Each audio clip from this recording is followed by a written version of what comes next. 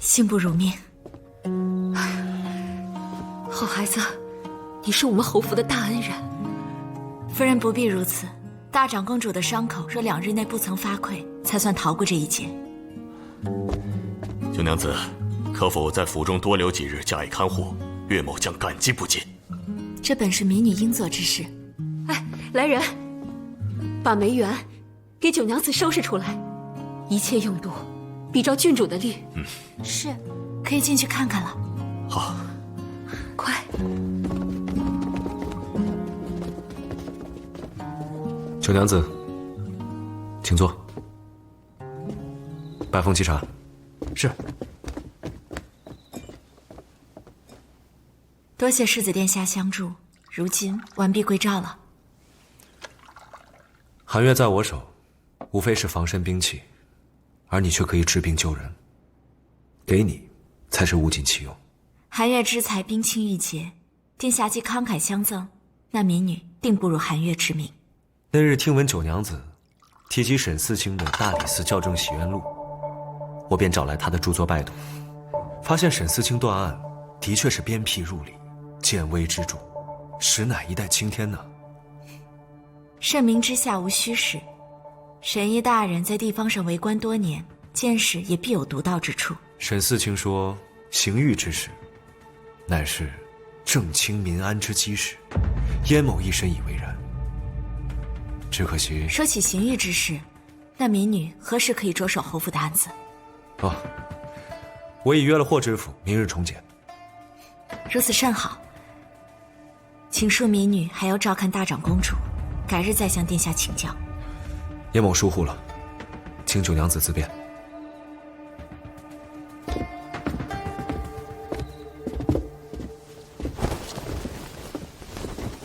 主子，你一提沈毅，福陵那丫头脸都吓白了。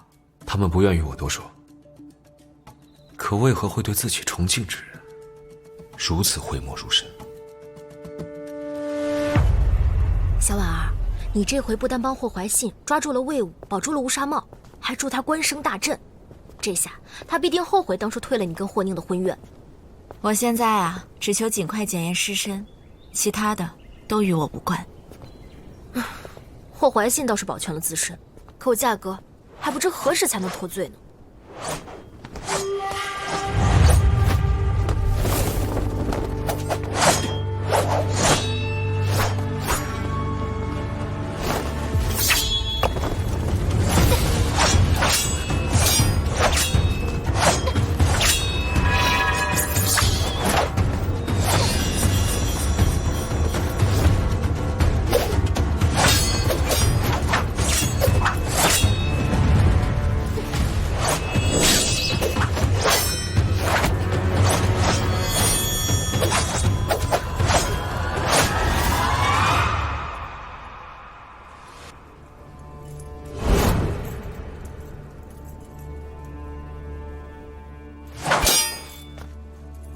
我不用你让着我。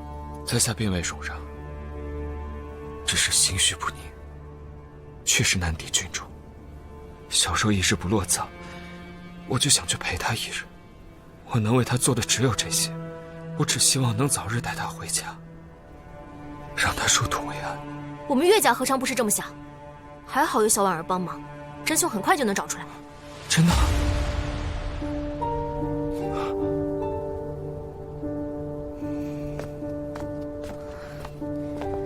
莫非九娘子懂侦查之术？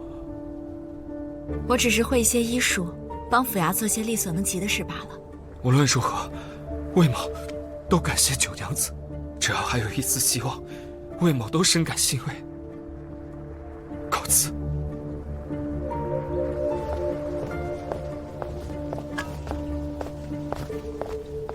他把与你的输赢分寸拿捏得那么好，实在不像是心绪不宁的人。庶子大都这样，要看人脸色才能活得好些。他能得宋国公器重，也算是有出息的了。可能我做的事需要处处思量，所以不喜欢处处算计的人。难怪祖母说你活得太累心，那是因为人心叵测。我价格太冤枉了。宋国公府送亲的侍卫和侍从有近100人，还有丫鬟婆子围着喜轿，怎么会来那么大一个活人死在里面都不知道？我价格不过是去接个亲，就被栽赃在头上了。可是他连那个宋柔长什么样都不知道。你说，那个没头的真是宋柔吗？不管他是谁，只有尸身才能告诉我真相。娘子，今天可把我紧张坏了，直到大长公主醒了，我才松口气。你怎么一点也不担心啊？无端的担心只会让人心乱。我只有救下大长公主，让侯府欠我这个人情，我们才有机会依计划行事。这个险必须得行。幸好这侯府上下都是顶好的人，否则咱们哪有好日子过呀？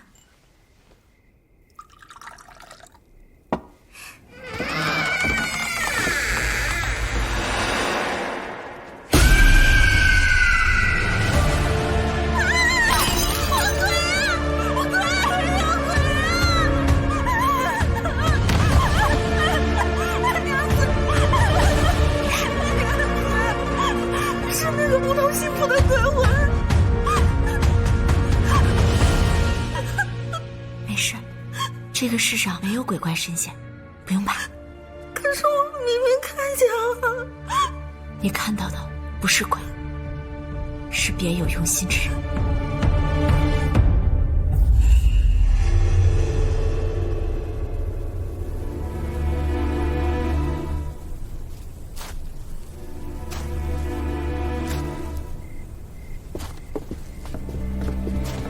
表叔，我也命人探查了梅园周围，没有发现任何可疑之人。不会真的是那宋柔气坏明渊吧？此人能够在这么短的时间内找到九娘子的住处，还能避开我的护卫，定是对侯府极为熟悉。灯。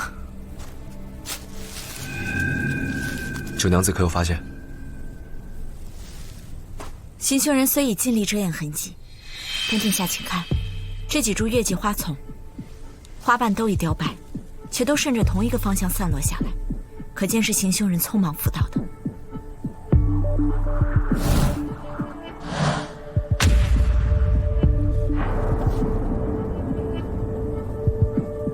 果然，那人定是越墙而过，曾在此处落脚换气，才会在顶瓦青台上留下踏痕。你们看，那些花和小婉儿说的一模一样。可若不是鬼魂，那人为何会悬在空中，而且还没有头？只要那人学过轻身功夫，这倒也不难。用这花圃借力，跃在那石柱之上，再用嫁衣下摆遮住双脚，便可做到悬空而立的感觉。但你们二人受到惊吓之后，即可逃离。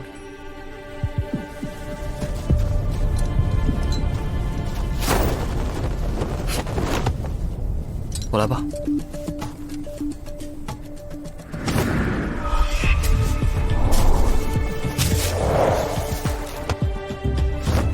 果然如此，这就是假借鬼魂之名，为了扰乱人心、混淆视听的人为之举。明日你就要去义庄验尸，此人偏偏选在此时在梅园行事，恐怕是想把你吓跑。九娘子要验尸一事，府内只有我夫妻2人和宁儿兄妹知道，那是如何走漏风声的。我可跟谁都没说过。我可能跟魏延支漏了点消息。你跟他说了什么？我们比武的时候见他忧心，我没说验尸的事儿，我就说小婉儿会帮忙。当时宋家护卫长魏成也在旁边。你怎的如此鲁莽？魏副卫和护卫长那边，我自会派人去查。此事的关键是要先找出这嫁衣的来历，也许能顺藤摸瓜，找到装神弄鬼之人。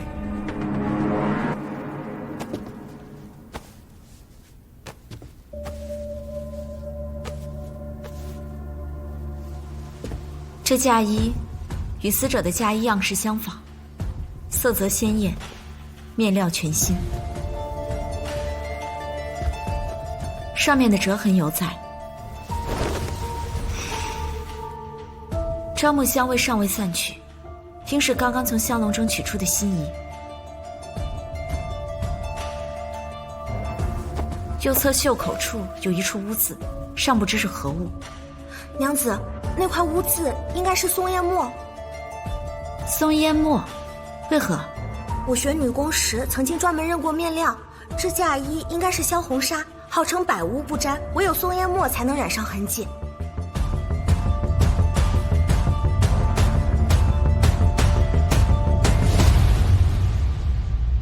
福陵，你可帮了我大忙了。此人应是身负武功，身高约6尺左右，会用左手的男子。愿闻其详。此人若是要假扮无头鬼魂，应是把嫁衣举至与头顶平齐的位置，若太高，则会显得肩背虚空。以福陵当时所处的位置来看，窗台比花仆从要高1尺左右。这嫁衣身长约4尺7寸，按照殿下刚刚演示的，站于花仆围装之上，举起嫁衣，这名男子身高至少要高于5尺7寸，才有可能将嫁衣底摆高出窗台，让我和福陵从窗内看到的是嫁衣虚空而至的效果。行凶人只需提前穿好夜行衣，便可以将露出嫁衣底摆的双腿藏于夜色之中。正是，况且寻常男子身高超过6尺的也不常见，行止必定引人注意，所以我推断此人身高应高于5尺7寸，但不足6尺。那如何得知是左撇子呢？这就要多亏福陵认出这是萧红纱了。什么意思啊？常人写字应是右手执笔，左手拢袖，落笔左写。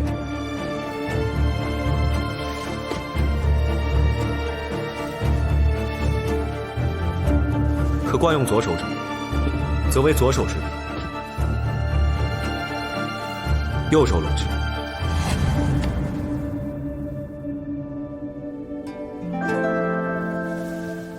依然是落笔左行。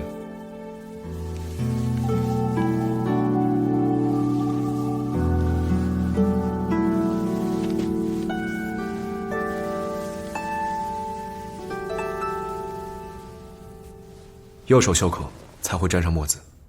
这袖口处的污渍与那嫁衣上的位置相同。九娘子真乃神人也。小心！这嫁衣价值不菲，路途遥远，不可能在中途买到。宋国公府一定还有备用的嫁衣，不妨去让那陪嫁嬷嬷辨认，看这件是否就是那备用的嫁衣。你是怀疑是宋家人中有鬼？若真与他们有关的话，那梅园就不安全了。小婉儿，你今晚搬去和我一起住。福陵，收拾东西，走。事不宜迟，马上叫人封锁东院，不能叫宋国公府的人离开。表叔且慢，在未有确凿证据之前，先不要与宋国公撕破脸，还是先请霍怀信出面较为妥当。也好，我这就去请霍知府。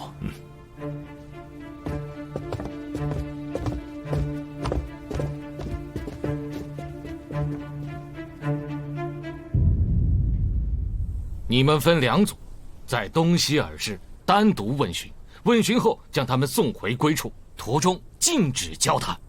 是。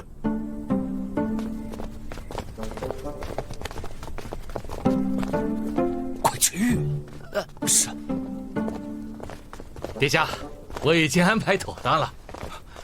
安阳好，世子殿下，霍大人，深夜来此，可是小柔的案子有了眉目？魏副尉，稍安勿躁，有样东西，请您辨识一下。来人啊！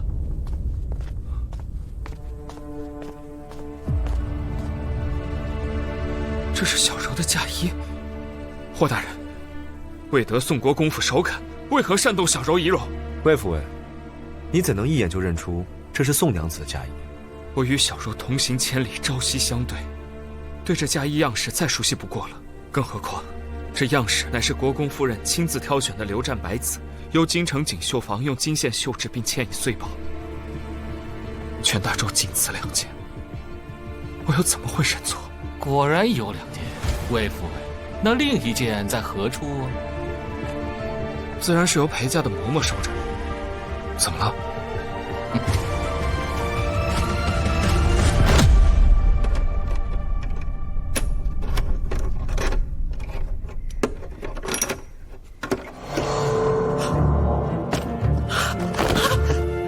嫁衣呢？备用的嫁衣去哪儿了？在十里铺时，老奴还清点过，明明见那嫁衣好好在香笼里的呀。入库时你为何不曾查看？你怎么办的差事？负责保管庄帘的有几个人？夫人指命老奴一人为大娘子保管贵重衣饰，所以只有老奴有这香笼的钥匙。可是老奴的钥匙从来不离身，实在不知这嫁衣怎会不见呢？还有谁能进这间库房？还有我，但我从出事那日起便从未踏入过库房，陪嫁之事也都交由下人和护卫自行其事。我虽有送嫁之责，但任由自己沉溺哀痛，嫁衣丢失也未曾察觉，实在难辞其咎。霍知府，在，把这嬷嬷给押下去。来人！是。饶命啊！老奴冤枉啊！饶命啊！魏副尉，你之前日日替宋娘子守灵，如今头七未过，怎么就不去了？连续的守夜让我有些体力不支，今日在和魏成拆招的时候昏倒了，他便不许我再去了，盯着我淋了1晚上的帖子。的确如此，在下可为魏副尉作证。还请魏副尉与护卫长将你们的双手伸出，给我一看。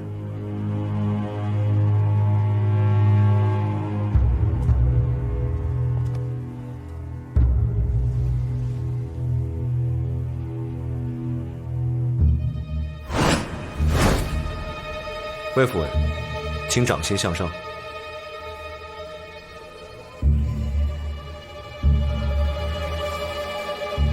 魏护卫长的左手为何也有茧？军中惯以长枪操练，长枪需双手握持方才可以。世子殿下，这是何意？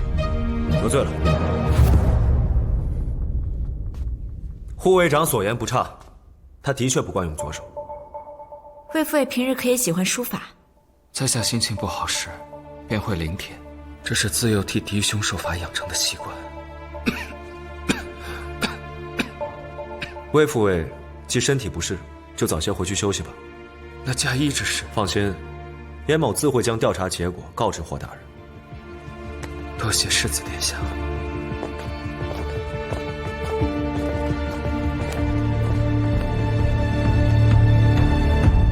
魏护卫长虽然有嫌疑，可我始终觉得魏延之似乎也有不妥。他们2人的身高和武功都符合现场的特征，也都有作案的时间和条件。殿下，习武之人修习兵器时，通常都是会用惯用的那只手吗？自然会偏爱用惯用之手，不过，除非行凶人与我一样，双手都很灵活。那如此说来，殿下也有嫌疑。可我身高高于6尺。殿下已来荆州多日，这侯府中人对殿下的身高早已见怪不怪，自然可以来去自如。哼。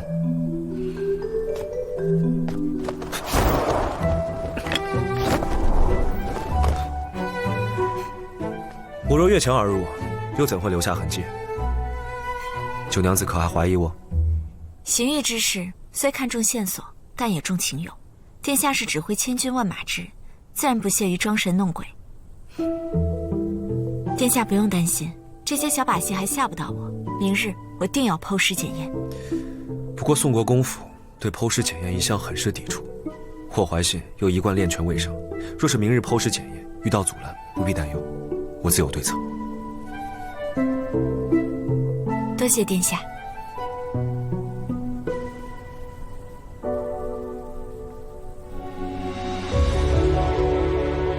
他为何这般看我？我可是说错了什么？七哥，小婉儿，你们俩傻站着干嘛呢？那个九娘子就交给你了，别胡闹，早些回去休息，告辞了。七哥这个平时对女子不假辞色的人，今日居然屈尊亲自送你回来，真是太阳打西边出来了。世子殿下虽作风狠辣，却行事有矩，实是心思细腻之人。细腻有矩，咱们认识的还是同一个延期吗？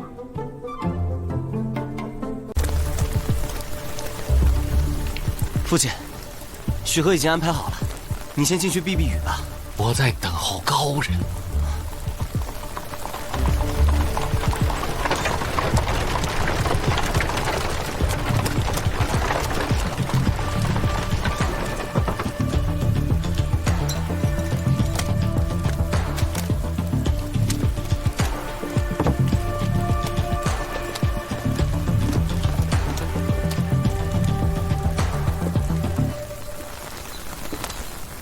多谢世子殿下。殿下，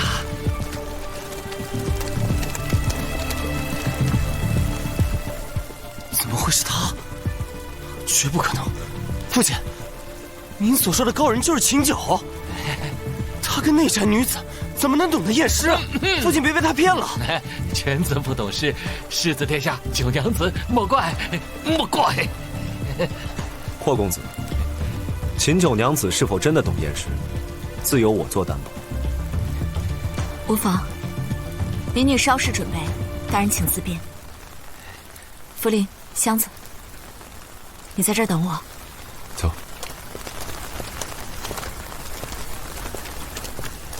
哎，父亲，我不信。秦九一个小小的孤女，从哪儿学的验尸？你闭嘴吧！你信不信有什么用？那是我亲眼所见，否则我怎么会让你娘去提亲啊？我不管她会什么，反正就算她跪下来求我，我也绝不会娶她。哎呦，她要是真把安阳侯府的案子给破了，到时你想娶都娶不上。快些过回去吧。我偏不回去，我今天非要看看这个秦九到底是何等高人。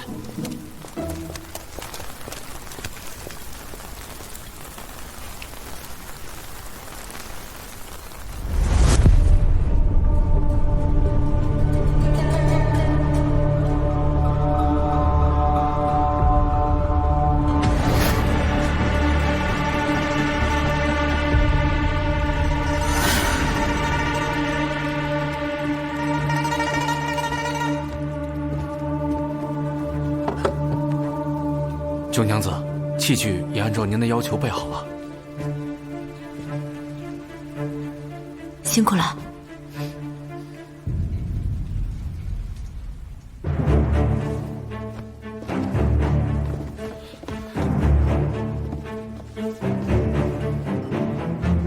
哎呀，我用不着。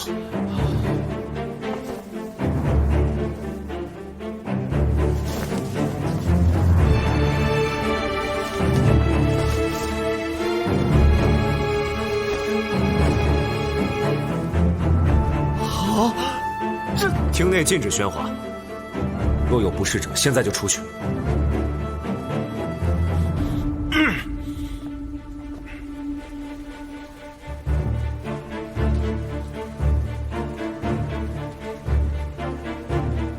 开始记录。是，我来。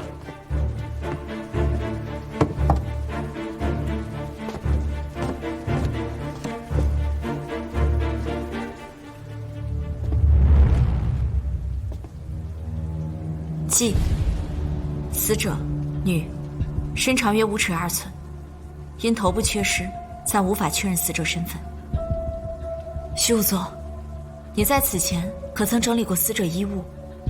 宋国公府明令禁止破坏死者衣褥，所以未曾动过。记：死者家衣周整，除领口有浅淡血迹，其他暂无血迹。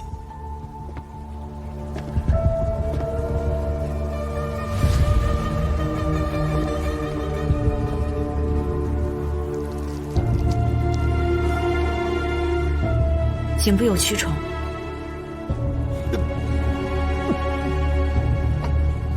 伤口皮肉呈蜂窝状，创口平整，脊骨端口利落。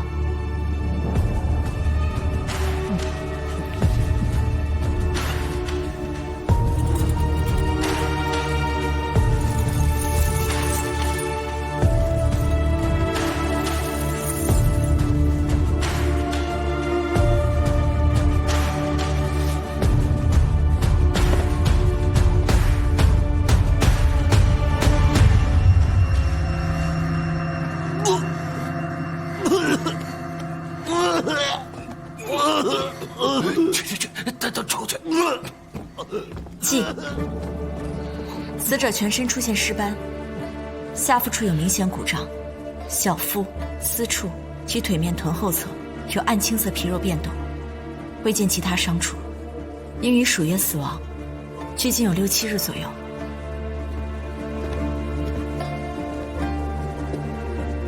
颈部断裂处颜色极深，皮肉极度收缩，血液深度渗透到了死者的脊椎和颈部的气管中，证明死者是被人活生生割下头颅，一刀毙命。死者若是活着被斩断头颅，血液定会喷溅而出，可方才嫁衣领口上血迹极浅且不多，说明死者是在死后被人穿上嫁衣的。世子殿下好推断。你的意思是，死者是死后被穿上嫁衣，放入喜轿中？正是，喜轿中的血液有些异样，是为了乱人视线。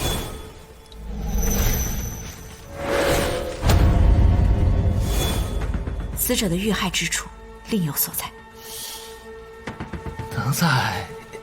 能在哪儿呢？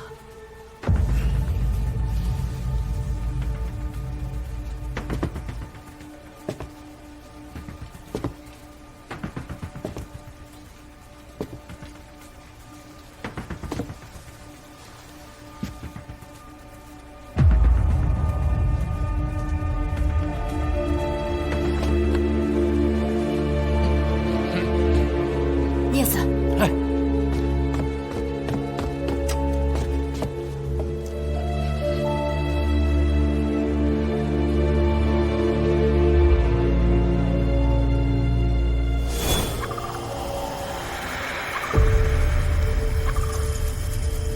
这是白齿蚁，靠腐木为生，常盘踞在榕树林四周。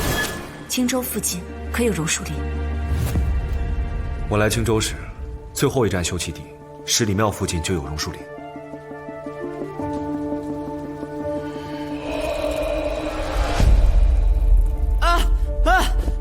榕树林你怎么又来了？让我去，听不到，跟着他去。须贺，洗尸，把葱白拍碎，涂抹于死者全身，用纸沾上醋，盖住全身焖一会儿。好，我去准备。这又是为何呀？宋国公府既不让剖尸，我只能把体表勘验做得再周全些，看看是否还有其他暗伤。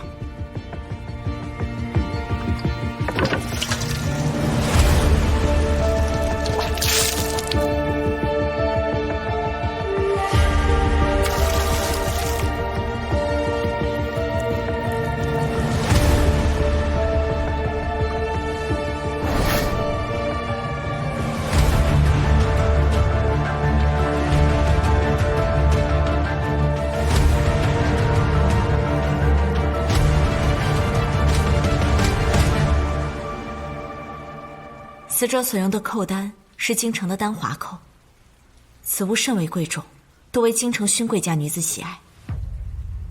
前九娘子可曾去过京城？为何如此了解京城风物呢？民女从未去过京城，只是我大伯家的年节礼曾给姐妹们送过丹华扣。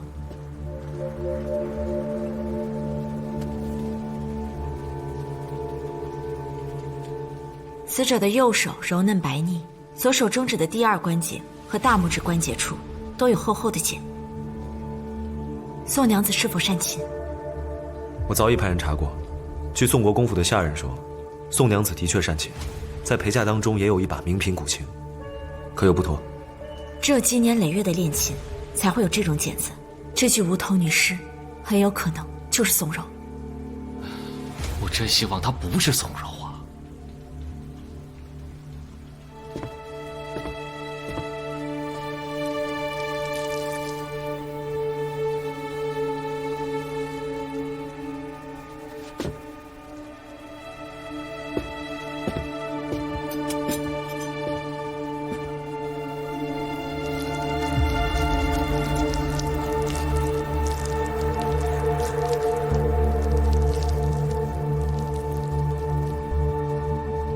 这黑点是什么？赤痕。宋娘子出嫁之前，可能与人有了私情。私情？你可确定？九娘子，有些话可不能乱讲啊！二位请看，这是陈旧疤痕，从未腐烂的地方可以看出，上下黑点呈半月形对称分布，上方的黑点较下方大而长，是因为人的上牙较下牙大且排列松散，损伤更重。这是咬痕，乃人齿所致的挫裂伤。就算是人咬的，也可能是女子之间打闹留下的。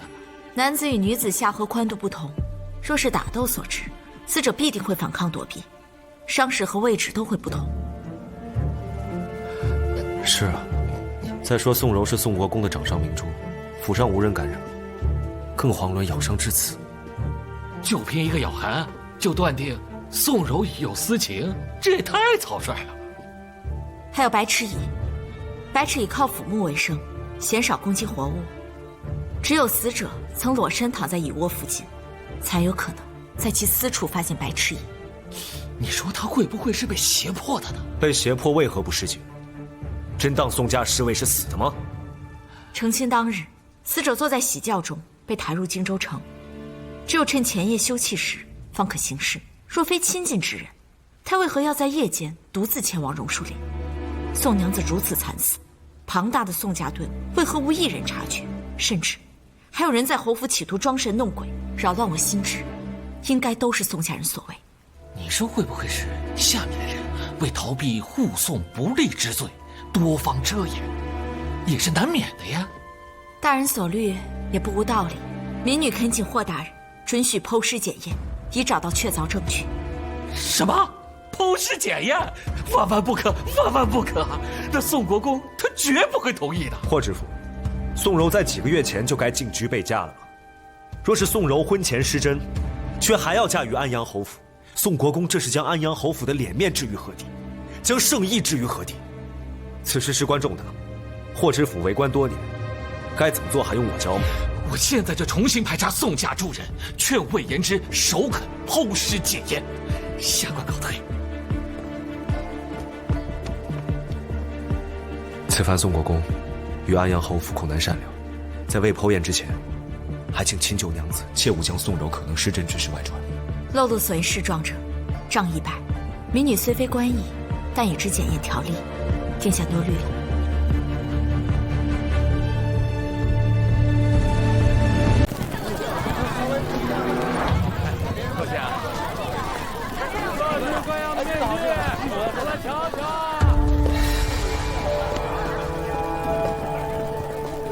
魏延之，是你吗？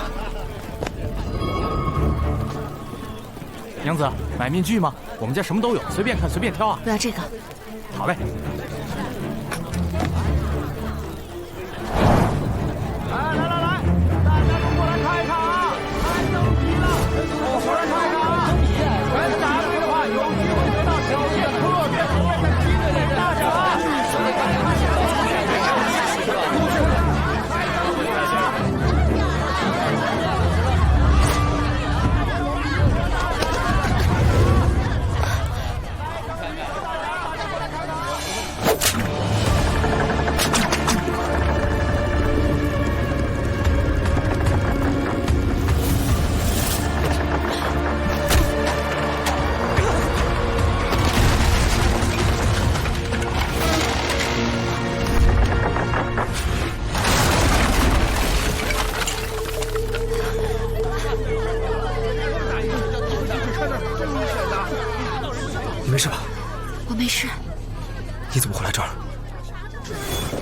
我见魏延之下了登车，就跟了过来。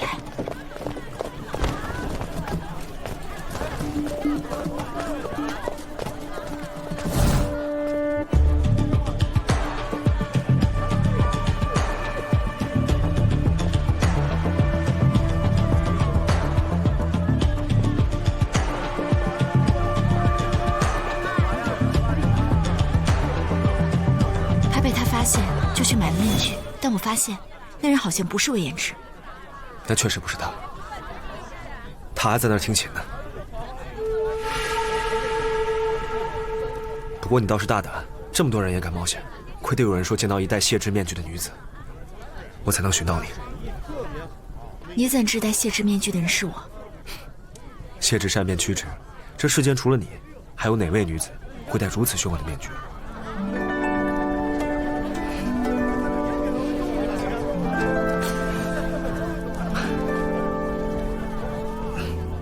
你受伤了？无妨，不许告诉任何人。走。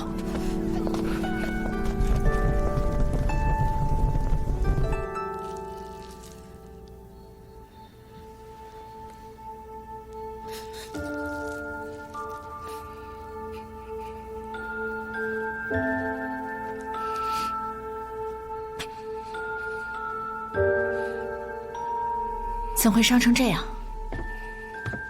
征战之人哪有不受伤的？这处刀伤，分明是近些时留下。从京城到荆州，何来的战场？果然都说太聪明的女人不好。我以为只有无能庸人才这么想，没想到殿下也是个庸才。我是怕你知道的太多，反而对你不好。不过，你若是想听，我也不是不能告诉你。我并不想探知军中机密。那若不是军中机密，而是涉及到京城冤案呢？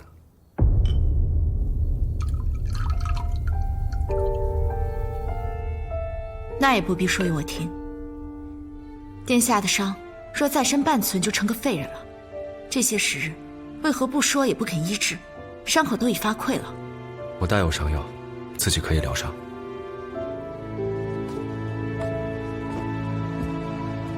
用些吗啡散吧。不用，这些伤我受得住。你的伤横贯脊骨，要剔除腐肉才能缝合，稍有移动便会伤及经络，到时后悔就来不及了。我10岁便入军中，这些伤我从来都是硬扛过来的，用这些东西，反而令人娇气。好，那你受不住，一定和我说。放心。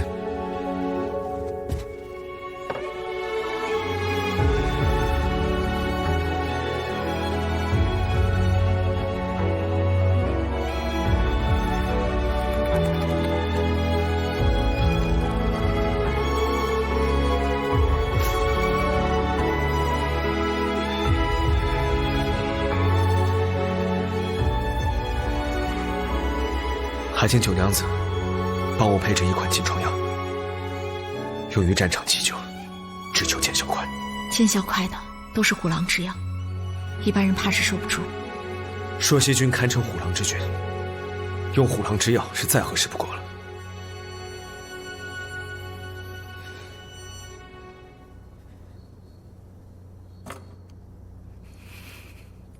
放好了。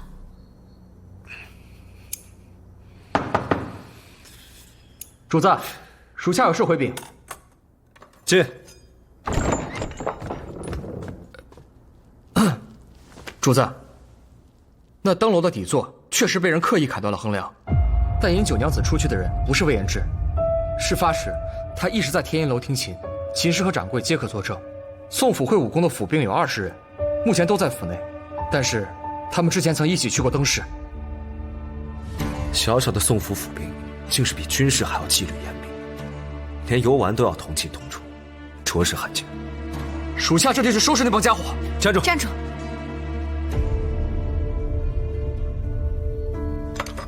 不能师出无名，他们使出这些伎俩，无非就是想阻挠我剖尸。只有尽快剖检，才能让他们无计可施。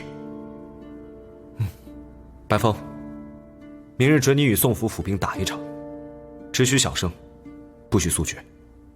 打到霍怀信出面即可。是。九娘子，那就劳烦你明日剖尸了。是。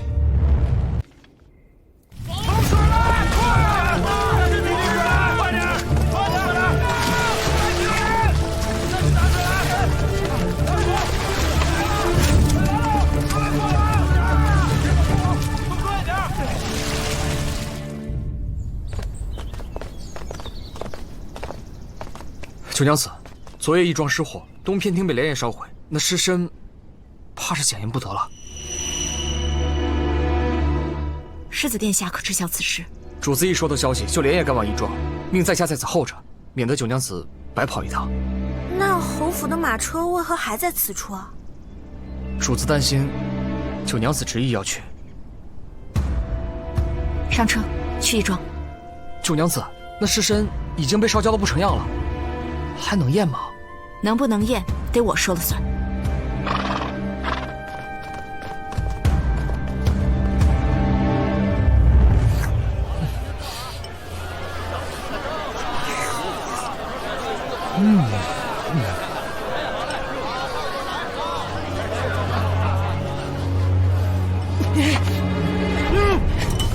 我是五座香了，这是五座香啊！你们没钱，别跑！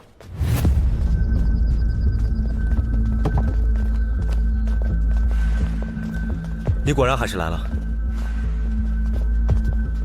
义庄里的纸扎蜡烛确实易燃，但这摆放了许多的冰盆，冰遇火则化水，会减缓火势，没道理全烧毁的。尸身在何处？已移至中堂，你先过来看看这个。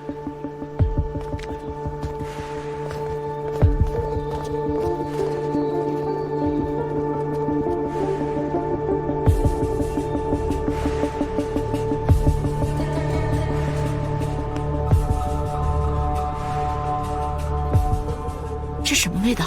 桐油。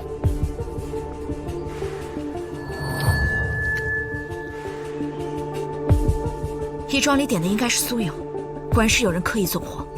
霍怀信已派人去查昨夜购买桐油之人，不出意外的话，应该是宋府的人。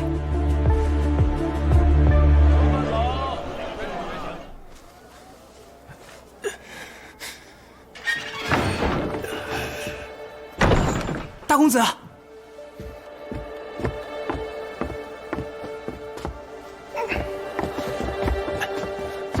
拿到了，拿到了。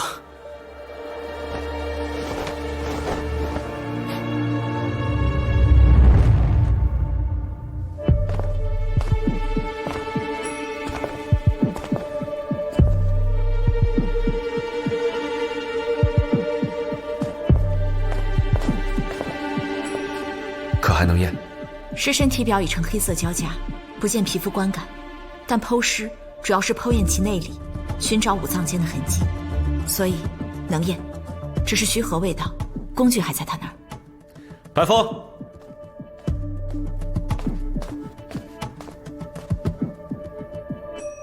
这是之前就做好的，想着宋女子多有不妥，所以就一直存放在义庄，以备你不时之需。抬进来。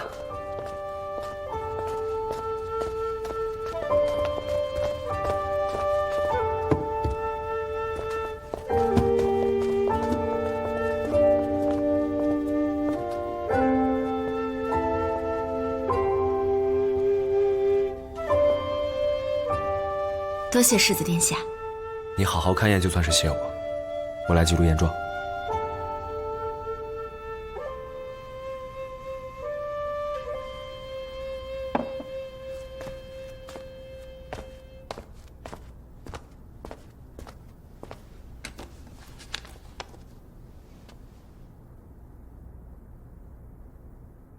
记：因尸表烧伤严重，3检验尸，只为剖检。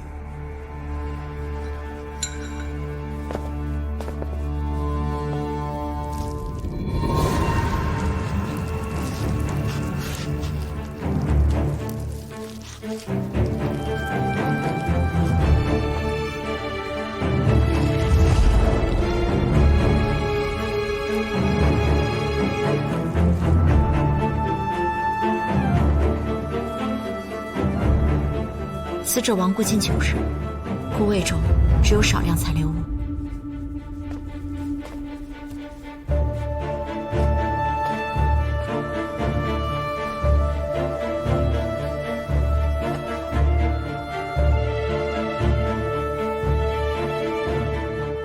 怎么了？忌。骨盆较大，且朝后现倾，尸骨较一般女子宽，包公位置靠下。这是何意？死者生前似已有过身孕。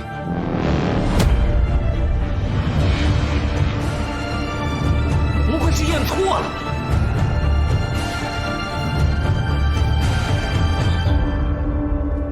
根据死者的骨盆宽度，还有向后倾陷的程度看，死者怀胎应已5至6个月，其子宫已恢复至正常大小，说明落胎应在2个月之前。死者启程赴荆州之时，应刚养好身子。出了这种事儿，国公府的人怎还敢把她给嫁过来？这可是欺君之罪呀！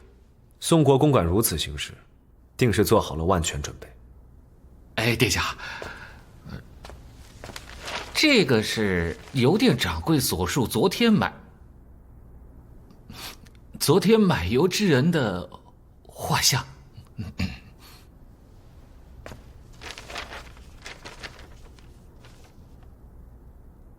这不是国公府的护卫长魏成吗？